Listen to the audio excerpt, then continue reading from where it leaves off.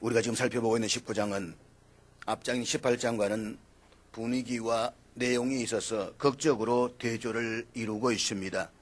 18장에서는 절대로 무너지지 않을 것으로 생각했던 거대한 성 바벨론이 참되고 의로우신 하나님의 심판으로 한순간에 다 무너집니다. 그 모습을 멀리서 보고 있던 왕들의 울부짖음과 상인들의 허느낌, 또 선객들의 통곡을 인한 슬픈 애가로 가득합니다. 반면에 19장에서는 하나님의 공의를 믿고 기다리면서 끝까지 인내하며 믿음을 지켰던 하나님의 백성들이 부른 할렐루야 노래소리로 가득합니다. 끝까지 하나님을 거부하고 엄녀가 주는 은병의 잔에 취했던 땅의 백성들에게는 멸망과 폐허의 적막감이 감돌지만 엄녀로부터 고통과 박해를 받았던 하나님의 백성들에게서는 구원과 승리의 찬양이 가득 울려 퍼지고 있습니다. 그런 의미에서 18장과 19장은 장차 우리 주님이 재림하실 때 성도와 불신세가 직면하게 될 확실한 차이를 보여주고 있는 것입니다. 오늘 함께 읽은 본문 말씀도 지난주 살펴보았던 내용과 마찬가지로 할렐루야로 시작을 합니다. 1절부터 5절까지는 하나님께서 구원하시는 과정에서 심판하시는 완성하시는 모습을 바라보면서 찬양합니다. 하나님의 참되시고 의로우신 심판을 보면서 찬양하는 것입니다. 그런데 오늘 본문에서는 하나님께서 통치하시는 어린 양의 혼인잔치를 내다보면서 할렐루야로 찬양하고 있습니다. 그러니까 17장과 18장에서 큰 엄녀를 심판하시고 난 후에 19장에 와서는 그토록 소망하던 어린 양의 결혼식이 거행됩니다. 그리고 19장 이후에는 완성된 천국에서 영원토록 주님과 함께 허니문 기간으로 복된 생활을 하게 될 것입니다. 그 생활을 시작하는 것이 바로 어린 양의 혼인잔치입니다. 그런데 19장에서는 철저하게 대조가 되는 두 잔치의 모습을 보여주고 있습니다. 그것은 오늘 우리 살펴볼 수 있는 기쁨 가득한 어린 양의 혼인잔치와 다음 주에 살펴보게 될 고통으로 가득한 새들의 밥이 되는 죽음의 잔치입니다. 이들 두 잔치가 상징하는 바는 다름 아닌 예수 그리스도께서 베푸시는 구원과 심판입니다. 어린 양의 혼인잔치는 이 땅에서 끝까지 인내하며 믿음을 지켰던 하나님의 백성들이 누리게 될 은혜와 축복의 잔치입니다. 반면에 죽음의 잔치는 하나님을 거부하고 대적했던 바다에서 올라온 짐승으로 상징되는 적그리스도와 땅의 짐승으로 상징되는 거짓 선지자들이 지옥에서 세세토록 고통을 당하게 될 저주의 잔치입니다. 이 둘의 전혀 상반되는 운명을 우리는 19장에서 오늘과 다음 주일에 걸쳐서 살펴보게 될 것입니다. 사실 지금까지 요한과 교회 공동체는 세상에서 정반대의 상황을 살아야만 했습니다. 세상에서의 기준은 언제나 큰 엄녀 바벨론이요 로마였습니다. 그래서 로마에 순응했던 사람들은 로마의 신부가 되어 화려한 옷을 입고 오명의 잔에 취해 호의호식을 하면서 잘 먹고 잘 살았습니다.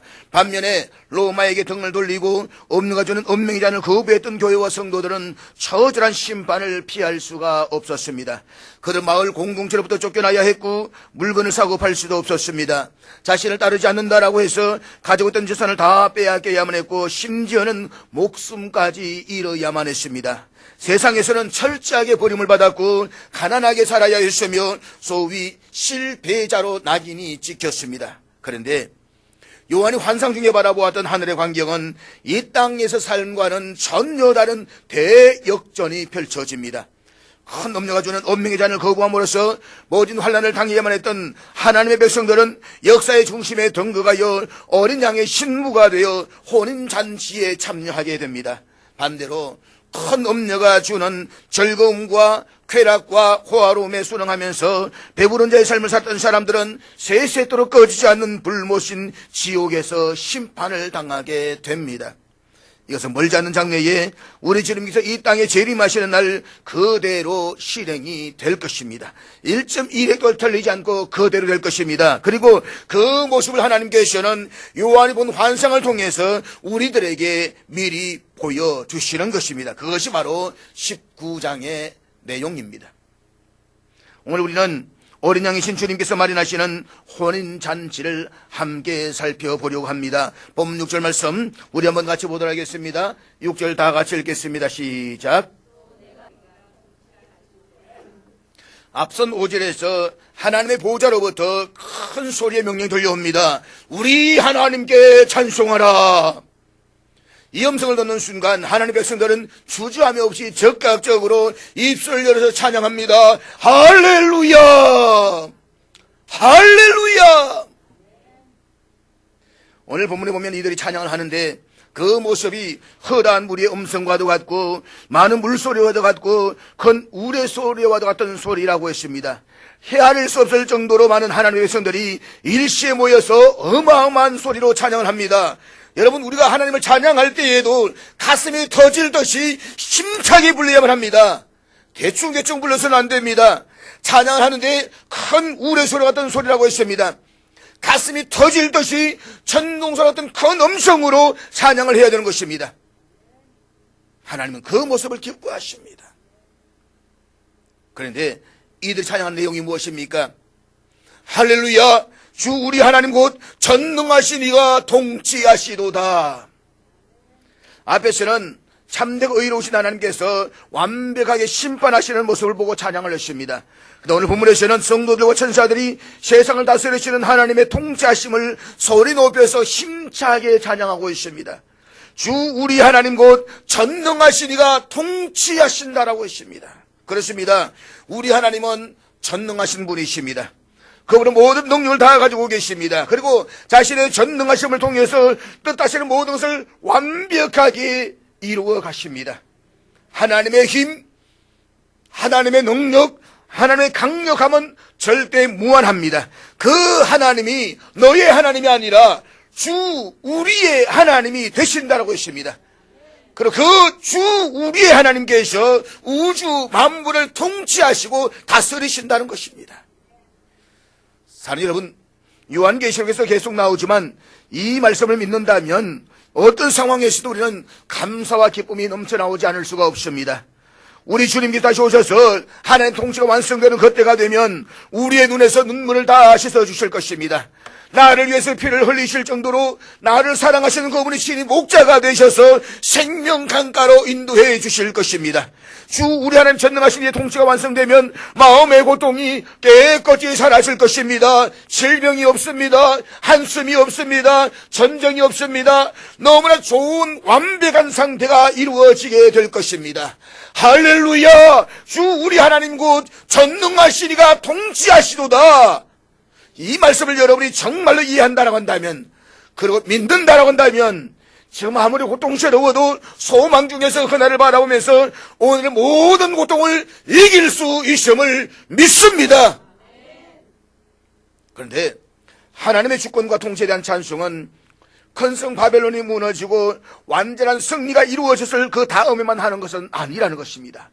다시 말해서 이 세상을 심판하시는 마지막 날에만 하나님의 주권과 통치가 나타나는 것은 아니라는 것입니다. 지금도 하나님의 주권적 통치가 이루어지고 있습니다. 우리가 조금만 세밀하게 우리의 주변을 살펴보면 하나님의 주권적 통치를 절실히 느낄 수가 있습니다. 황활한 우주에 한 뼘도 되지 않는 공간을 잘 살아가는 인간의 존재를 한번 생각을 해보십시오. 인간이 아주 대단한 존재인 것처럼 생각을 하지만 실상은 미세한 바이러스 앞에서도 꼼짝을 못합니다. 그럼 우리가 이 땅에서 건강하게 살아가는 것도 하나님 통치하심이 있었기 때문에 가능하다는 것을 믿으시기를 바랍니다. 우리가 하나님의 백성이 된 것도 그의 다스림이 있었기 때문에 가능한 것입니다. 하나님의 전능하심이 아니었다고 한다면 우리에게는 전혀 소망이 없었습니다. 그렇기 때문에 우리 매 순간순간마다 전지전능하시고 완전하신 하나님을 찬양하는 일에 소홀하지 말아야 되는 것입니다. 할렐루야! 주 우리 하나님 곧 전능하신 이가 통치하시도다. 주님께서 다스리시는 그날이 옵니다. 주님께서 다스리는 때는 지금의 세상에서 겪을 만한 그런 문제가 많은 세상이 아닙니다. 완벽한 정의와 완벽한 사랑과 완벽한 평화와 완벽한 축복이 있는 곳이 될 것입니다. 그곳이 우리가 소망하는 완성되는 천국인 것입니다. 그 천국에서 누리기를 하나님의 완벽한 통치를 찬양하는 것입니다. 그 시기가 얼마나 좋을는지는 멀지 않은 데에 우리가 가보면 알게 되는 것입니다. 그런 세상이 우리를 기다리고 있습니다. 본문 7절 같이 보도록 하겠습니다. 우리 7절 다 같이 읽겠습니다. 시작. 이것은 하나님의 주권적 다스림으로 인해서 허다한 무리의 음성과도 같고 많은 물소리 얻어갖고 큰 우레소리 같은 찬양의 클라이막스라고 말할 수가 있습니다. 그렇다면 하늘 허다한 성도들이 부르는 찬양의 클라이막스 정일정이 무엇입니까? 어린 양의 혼인기약이 이르렀다는 것입니다. 여기서 어린 양은 여러분이 잘 아시는 대로 예수님이십니다. 그 어린 양의 아내는 교회입니다. 교회는 과거와 현재와 미래의 하나님의 모든 백성들 전체를 다 말하는 것입니다. 구약 성경을 보게 되면 여러 곳에서 하나님과 그의 백성들의 관계를 결혼이라는 표현을 통해서 하나님이 신랑이 되신다는 사실을 우리에게 말씀하고 있습니다. 신약 성경에도 보게 되면 예수 그리스도께서 신랑이 되신다는 사실을 여러 곳에서 묘사하고 있습니다. 따라서 본문에서 어린 양의 혼인잔치라고 하는 것은 예수님이 우리의 신랑이 되시고 우리는 그분의 신부가 된다는 것입니다. 그런데 혼인잔치에서 빼놓을 수 없는 것 가운데 하나가 신부 수업입니다. 그랬을 때에 장차 어린 양이신 주님께서 베푸실 혼인잔치를 고대하면서 살아가는 신부된 성도들은 이 땅에서 어떤 모습으로 살아가야만 할까요? 이 땅에서 장차 있을 어린 양의 혼인잔치를 준비하는 신부된 성도가 받아야 할 수업이 무엇입니까? 두 가지입니다. 첫째는 그날을 소망하며 기쁘고 즐거운 마음으로 살아야만 합니다. 본문에서 거기에 즐거워하며 기뻐한다라고 하는 것은 엄녀 바벨론을 향한 하나님의 심판과 멸망으로 인해서 즐거워하고 기뻐하는 것이 아닙니다. 물론 본문이 엄녀 바벨론의 멸망과 관련을 지니고 있는 것은 사실입니다. 그렇지만 오늘 본문에서 하늘의 흔한 무리들의 음성이 즐거워하고 크게 기뻐하여 하나님께 영광을 돌리게 될 것이다 라고 선언하는 이유는 바로 어린 양의 혼인 기약이 이르렀기 때문이라는 것입니다. 어린 양의 혼인 기약이 이르렀고 그의 아내가 자신을 준비하였다. 우리가 이 말씀을 정확하게 이해하기 위해서는 유대인들의 결혼 풍습을 이해할 필요가 있습니다. 유대인들의 결혼 풍습에 의하면 남녀가 정혼을 한 이후에 일정한 기간을 보내고 나서야 혼인 예식을 거행하도록 되어져 있습니다. 그래 약혼하고 결혼한다라고 하는 것입니다. 그리고 정혼 기간 중에라도 두 남녀는 부부로서의 합법적인 권리와 의무를 지니게 됩니다.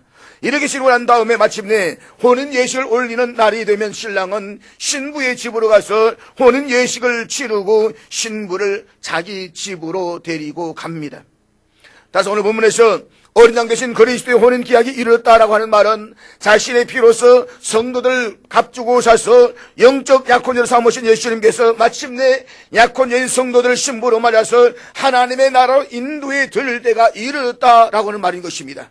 그리고 그의 아내가 자신을 준비했다라는 말은 결혼과 동등한 법적 구속을 갖는 약혼식을 거행한 이후에 일정한 시간이 흐른 뒤에 신랑의 집에서 열리는 결혼식 잔치를 통해서 정식 부부로 선언이 됩니다. 이 기간 동안에 아직 결혼을 하지 않은 신부는 그날 결혼식을 바라보면서 준비하는 삶을 살아야 된다는 것입니다. 신랑을 맞이하기 위해서 신부 수업을 받는 것입니다. 그런 의미에서 성도들이 이 땅 살아가는 것은 이제 곧 있게 될 혼인잔치를 기다리면서 신부 수업을 받는 것과 같다는 것입니다. 우리 지금 이 땅에서 신부 수업을 받고 있는 것입니다. 장차 주님 오실 때에 아니면 주 앞에 갔을 때마다 그 날을 기대하면서 오늘 우리 신부 수업을 받고 있는 것입니다. 그래서 주님의 신부란 사실을 잊지 말고 그 날을 기다리면서 기쁘고 즐거운 마음으로 자신을 준비해야 된다는 것입니다. 여러분, 결혼식을 앞둔 청춘 남녀를 한번 생각해 보시길 바랍니다. 물론 결혼식을 준비하는 과정이 힘들고 어떤 때는 갈등을 하기도 합니다. 그럼에도 불구하고 혼을 앞둔 신부의 마음은 설레고 기대에 가득 차 있습니다. 이제 곧 사랑하는 신랑과 함께 살게 된다는 생각에 너무 기뻐서 입이 귀에 걸리는 것은 지극히 당연한 것입니다. 사랑하는 여러분, 세상의 결혼식도 이러하다라고 한다면 하물며 완전한 예수 그리스도를 신랑으로 맞이하는 신부에게는 큰 기쁨과 기대가 넘쳐야 하는 것은 너무나도 당연한 것입니다. 장차 멀지 않은 장래에 신랑 되신 예수 그리스도를 맞이하게 될 믿음의 성도들은 날마다 넘치는 기쁨과 즐거움과 설레임으로 살아가야 되는 것입니다. 그런데 이처럼 지극히 당연한 우리의 일상생활을 보면 그렇게 어려울 수가 없습니다. 신랑을 기다린 설레임과 기대감보다는 현실에 대한 불만족으로 우리의 입은 웃음이 아닌 불평으로 가득합니다. 우리의 마음에는 기대와 설레임이 아닌 원망과 낙담과 절망으로 가득 차일 때가 훨씬 더 많습니다. 그러한 신부의 모습을 바라보는 신랑 되신 주님의 마음은 어떠하실까요? 제 친구 목사님이 총각 전사 시절에 지금의 사모님과 연애를 했던 때가 있습니다. 당시 이 사모님이 직장생활 초년병이라 가지고 직장생활이 너무 힘들어 가지고 이 사랑하는 전도사님에게, 남자 애인에게 이런 편지의 내용을 썼습니다. 전도사님과 함께 사는 날에는 이 모든 고통과 힘듦이 사라지겠지요. 30년 전입니다. 신학교 다닐 때에 이 편지를 보고는 너무 좋아가지고는 참 기숙사에 있으면서 야, 문 열어라! 그리고는 얼마나 크게 고함을 외쳤는지 전도사님과 함께 사는 날에는 이 모든 고통과 힘듦이 사라지겠지요! 뭐 할 때만 기숙사에서 다 튀어나왔습니다. 복도로. 이게 무슨 소리냐고. 나중에는 이 편지를 보여줬다는 것 때문에 한동안 구박을 당하게 됐지만 말입니다. 사랑하는 여러분, 신부의 소망은 사랑하는 신랑에게 있습니다. 물론 지금은 힘들고 어려우십니다. 현실이 나를 낭망하게 하고 불안하게 만듭니다. 그러나 그럼에도 불구하고 신부는 현실에서의 고통이 아니라 장차 신랑과 함께하게 될 그날에 대한 기대와 설렘으로 가득해야 되는 것입니다. 그러므로 어떤 상황에서도 언제나 우리와 함께 하시는 신랑 되신 예수 그리스도에 대한 강한 신뢰를 가지시기를 바랍니다. 그리고 신랑 되신 주님께서 신부된 우리를 위해서 장차 하늘나라 혼인 예식을 준비하고 있는 사실에 대한 기대와 설렘을 회복하시기를 바랍니다. 이것을 한마디로 정의하면 소망이라고 말할 수가 있습니다. 그렇습니다. 이 땅을 사랑하는 믿음의 성도들에게 반드시 필요한 것은 우리 주님과 함께 하게 될 그날에 대한 소망입니다. 모진 역풍의 때를 만나도 곧 오실 신랑에 대한 강한 소망을 가져야만 합니다. 우리는 그날을 사모합니다. 거기에는 우리보다 앞서가신 믿음의 선지인들이 다 계십니다. 아브라함도 있고 이삭도 있고 다윗도 있습니다. 저희 아버지도 계십니다. 우리 김용환 집사님도 그곳에 계십니다. 무엇보다 우리 주님이 거기에 계십니다.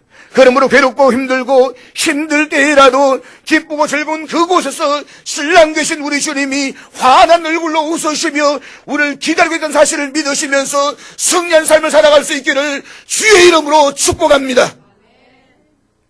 두 번째, 신부 수업은 무엇입니까? 그날을 바라보면서 거룩하고 정결한 삶을 살아야 된다는 것입니다. 본문 8절 말씀 우리 같이 보도록 하겠습니다. 8절 다 같이 읽겠습니다. 시작.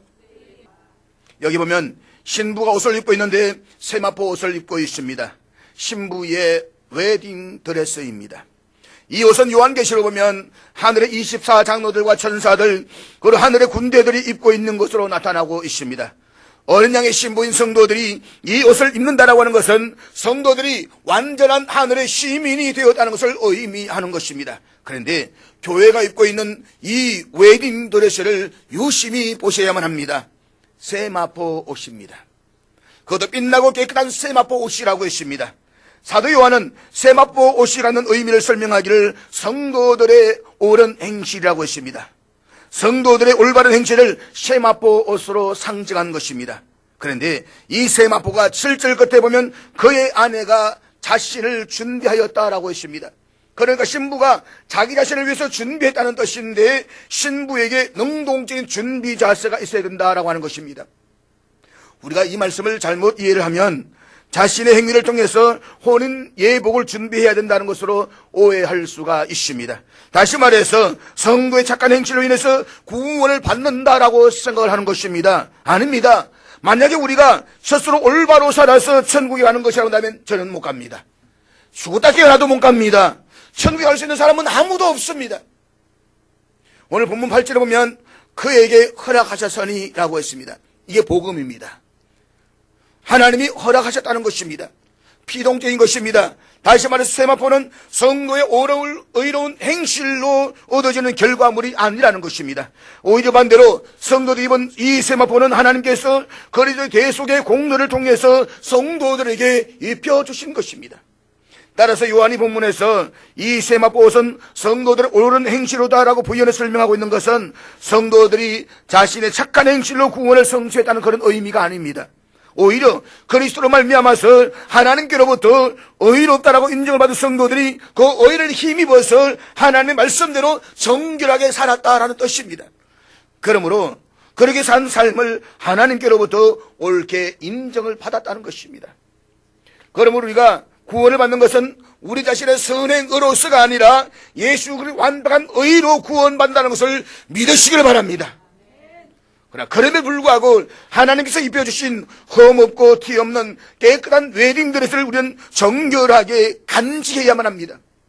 그런데 우리의 공로로는 결코 정결한 웨딩드레스를 간직할 수가 없습니다. 그래서 하나님의 은혜가 필요한 것입니다. 하나님의 도우심이 필요한 것입니다. 따라서 하나님의 은혜에 감격하면서 주님께서 우리를 위해서 마련하신 정결한 세마포를 기쁨으로 지켜야만 합니다. 신부된 그리스도인들에게 참으로 중요한 것은 바른 삶을 살아가는 것입니다. 하나님의 은혜를 강조한다라고 해서 행실을 전혀 외면하는 것이 아닙니다. 하나님의 은혜로 살아가는 사람들은 바른 행실을 위해서 몸부림치는 사람들인 것입니다.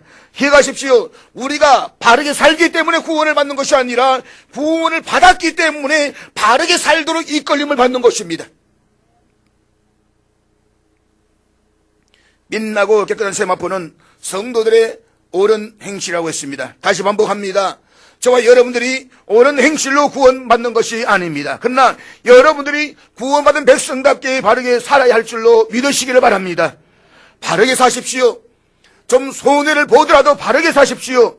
여러분의 자녀들을 위해서라도 바르게 사십시오. 하나님 그런 사람들을 높이 평가해 주실 것입니다. 사랑하는 여러분, 어린 양의 혼인장에 참여하는 신부의 모습에 주목해 보시기를 바랍니다. 엄녀와는 아주 극명하게 대조되는 모습을 볼 수가 있습니다. 17장에 보면 큰 엄녀는 자주빛과 붉은빛 옷을 입고 금과 보수와 진주로 꾸미고 손에 금잔을 가졌다라고 했습니다. 거기에다가 7머리 10뿔로 엄청난 세력을 가졌습니다. 사람들이 볼 때에는 너무나도 매력적입니다. 누구나도 빠질 정도인 것입니다. 이렇게 화려하고 영광스럽고 힘있는 큰 엄녀의 모습과 오늘 19장에서의 신부의 모습을 한번 비교해 보시기를 바랍니다. 신부에게는 어떤 화려함이나 외김치장이 없습니다. 신부는 오직 세마포 옷을 입고 단아한 모습을 하고 있습니다. 신부의 단장은 정결함에 있습니다. 여기서 신랑이 신부에게 무엇을 기대하는지를 우리에게 말하고 있는 것입니다. 그것은 신랑이 신부인 교회에게 찾는 한 가지는 오직 정절을 지키는 깨끗함입니다. 우리 정절을 지켜야만 합니다. 깨끗해야만 합니다. 우리 예상과는 달리 세기의 결혼식은 세상의 눈으로 보면 참으로 초라하기 거지가 없습니다. 그러나 신랑은 엄녀의 허상의 자기를 포장하고 과시하기 위해서 치장하는 것을 원하지 않습니다. 신랑 되신 주님께서 신부인 교회들에게 기대하시는 것은 오직 주님 허락해 주신 그 세마포옷을 더럽히지만 않으면 되는 것입니다. 그리고 세마포옷을 더럽히지 않는 것은 바로 다름 아닌 바른 행실로 살아가는 것입니다. 그래서 우리는 성공은 양보할 수가 있어도 거룩한 삶은 절대로 양보하지 말아야만 합니다. 이제 9절에 보면 혼인 예식의 주례사가 기록되어져 있습니다. 본문 9절 같이 볼까요? 9절 다 같이 읽겠습니다. 시작. 사도 요한이 천사로부터 받은 주례사는 이것입니다. 어린 양의 혼인잔치에 청함을 받은 자들은 복이 있도다. 세상에서 가장 짧은 주례사입니다. 혼인잔치에 참여한 신부가 복이 있다는 것입니다. 예수 혼인잔치에 청함을 받은 자들은 주님을 영접하고 그에 대한 믿음을 저버리지 않고 그의 말씀대로 살았던 성도들입니다. 그런데 본문에 보면 그의 아내인 신부가 나오고 또 어린 양의 혼인잔치에 청함을 받은 하객이 나옵니다. 신부가 교회라고 한다면 하객은 누구냐? 혼란이 오지 않습니까?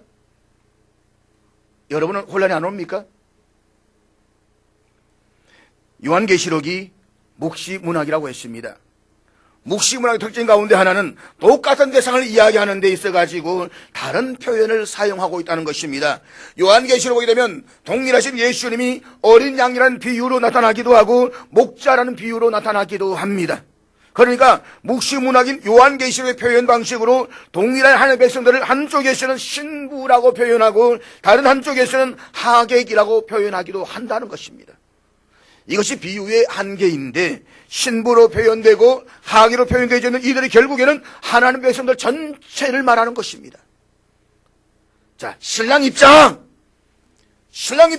이런 소리와 함께 신랑의 모습이 눈에 들어옵니다. 그런데 놀라운 것은 신부에 들어온 신랑의 모습은 유독 연약하고 보잘것없는 어린 양의 모습을 하고 있습니다.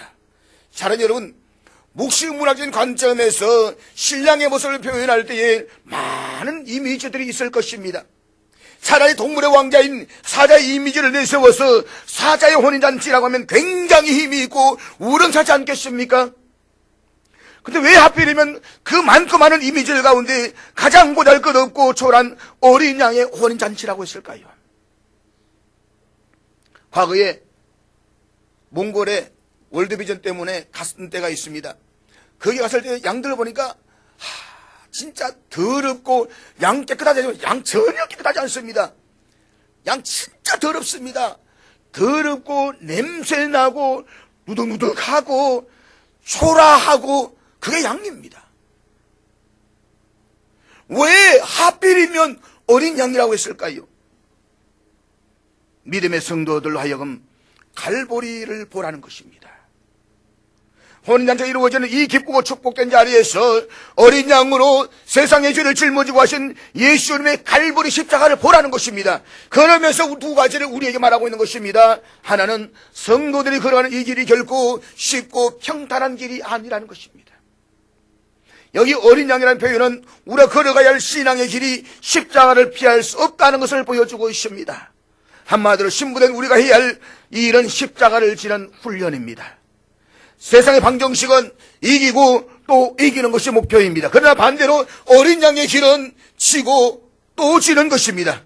지고 또 지는 것이 바로 이기는 길임을 우리에게 보여주고 있는 것입니다. 그것이 바로 어린 양이신 주님께서 걸어가신 십자가의 길입니다. 그리고 주님께서는 언제나 우리를 이 길로 훈련하게 하십니다.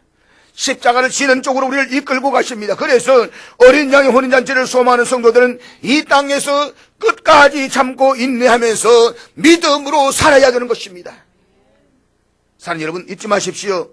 신부된 우리가 받아야 할 신부 수업인 십자가의 길은 분명히 고난의 길입니다. 모두가 회피하고 싶은 길입니다. 그러나 우리는 그 길을 걸어가야만 합니다. 우리 신랑 되신 예수님도 이 역설의 길을 걸어서 영광과 승리의 자리에 이르셨습니다. 지금은 힘들지만 고난이지만 이 길 너머에 신랑 되신 우리 주님이 두 팔 벌려서 우리를 기다리고 계시는 것입니다. 어린 양신 예수님도 절자기 십자가를 지심으로써 이기셨습니다. 그렇기 때문에 어린 양의 신부된 저와 여러분들도 이 길을 따라서 걸어갈 수 있기를 주의 이름으로 축복합니다. 다음으로는 신부된 성도들이 어린 양의 혼인잔치에 참여하는 것은 결코 신부 자체가 가지는 공로나 조건에 의해서가 아니라 갈보리 십자가에서 피를 흘리신 주님의 은혜 때문이라는 것입니다. 다시 말해서 우리를 지독히 사랑하시는 신랑 되신 예수님의 일방적인 짝사랑과 자기 희생으로 이 혼인잔치에 내가 참여할 수가 있게 되었다는 것입니다. 사랑하는 여러분,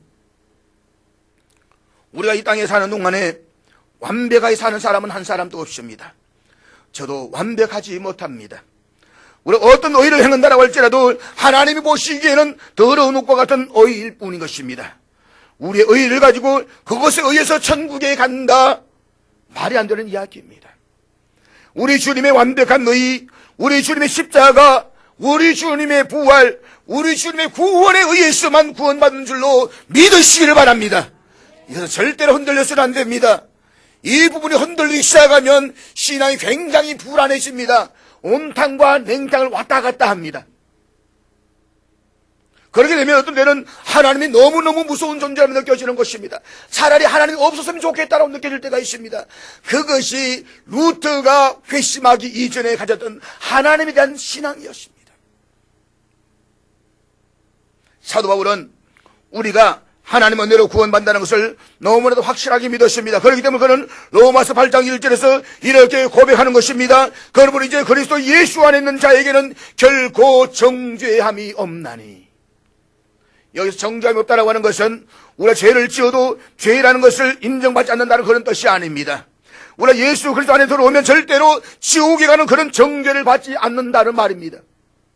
이미 예수의 의에 근거해서 여러분들이 믿음으로 말미암아서 하나님의 백성이 되었습니다. 그렇기 때문에 하나님께서 당신의 백성이 된 자들을 다시 지옥으로 돌려보내실 일은 없다는 것입니다. 그러므로 여러분의 구원이 확실한 줄로 믿으시길 바랍니다. 절대적으로 믿으시길 바랍니다. 우리의 구원은 완전한 것입니다. 자, 여러분, 우리는 멀지 않은 장래에 신랑 되신 주님을 만날 그 소망을 가지고 깨끗하게 살아야만 합니다. 옳은 행실을 준비해야만 합니다. 빛나고 깨끗한 세마포옷을 더럽히지 않도록 몸부림을 쳐야만 합니다. 물론 우리가 완벽한 사람은 아닙니다. 그리고 하나님께서도 그의 백성들에게 완벽하라고 요구하지 않습니다. 세상에 완벽한 사람은 아무도 없습니다.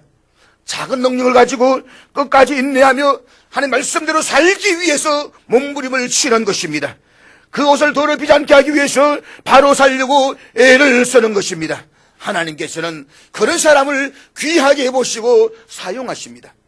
만약에 예수를 믿는 사람들이 이렇게만 산다고 한다면 세상은 얼마나 달라질까요? 어린 양의 혼인잔치. 성경은 우리를 기쁨의 잔치에 참여할 신부들이라고 말씀을 하십니다. 이 결혼이 신랑 때문에 깨어질 확률은 하나도 없습니다. 0.0001%도 없습니다. 완벽합니다. 왜냐하면 하나님께서 신부된 우리들에게 깨끗한 신부의 세마포옷을 입도록 허락해 주셨기 때문인 것입니다. 그렇기 때문에 이 결혼은 반드시 성사될 것입니다. 하늘에서 할렐루야 찬송이 울려 퍼지고 성부 하나님이 우리의 결혼의 주례자가 되실 것입니다. 신부인 우리는 이렇게 좋은 신랑을 맞이한 것으로 인해서 기쁨을 이기지 못할 것입니다. 그런 점에서 어린아이 신부인 저와 여러분들이 이 땅에서 준비할 신부의 수업은 고달픈 인내의 시간이 아니라 즐겁고 기쁜 인내의 시간이 될 것입니다. 그날 어린아이 혼인잔치를 고대하면서 항상 소망 중에 즐거워하면서 믿음의 바른 삶을 살아가는 저와 여러분들 수 있기를 주의 이름으로 축복합니다.